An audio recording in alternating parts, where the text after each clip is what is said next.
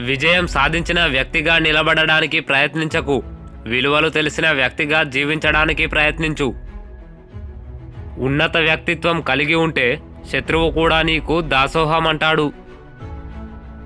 హృదయంలో నిజాయితీ ఉన్నప్పుడు ఆ అందం వ్యక్తిత్వంలో కనబడుతుంది. నేను కొత్తగా కనుగొన్నది ఏమీ లేదు, సృష్టించింది ఏమీ లేదు. నేను నా పూర్వీకుల భుజాలపై నుండి మరింత దూరంగా స్పష్టంగా చూడగలిగాను అంతే. నాకు సాయం చేయడానికి రాని వారందరికీ కృతజ్ఞతలు. ఎందుకంటే వారి వల్లనే నేను సొంతంగా పనిచేయడం నేర్చుకున్నాను. మనం ఎదుర్కొనే ప్రతి కష్టం వెనుక ఓ అవకాశం దాగి ఉంటుంది. జీవితం సైకిల్ ప్రయాణం లాంటిది. అదుపు తప్పకుండా ఉండాలంటే తొక్కుతూనే ఉండాలి. లాజిక్ మిమ్మల్ని ఏ నుండి బీకి తీసుకెళ్తుంది. ఊహ మిమ్మల్ని ప్రతి చోటకి తీసుకెళ్తుంది. తెలివి, శక్తి కొద్దిసార్లే కలిపి విజయాన్ని సాధిస్తాయి. అది కూడా కొద్దిసేపు మాత్రమే. మీరు చేసే పని అద్భుతంగా ఉండాలనుకుంటే దానిని ప్రేమించడం నేర్చుకోండి.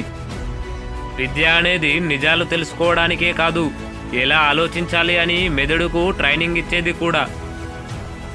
నా విజ్ఞాన శాస్త్ర పరిశోధనలకు నూతన సిద్ధాంతాలను రూపొందించడానికి నేను భగవద్గీతను ప్రధానమైన ఉత్సాహ కేంద్రంగా, మార్గదర్శకంగా స్వీకరించాను.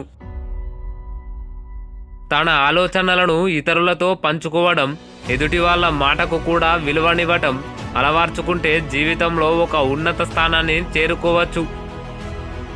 ప్రకృతికి దగ్గరగా ఉంటే జీవిత సత్యాలు వాటంతటవే తెలుస్తాయి.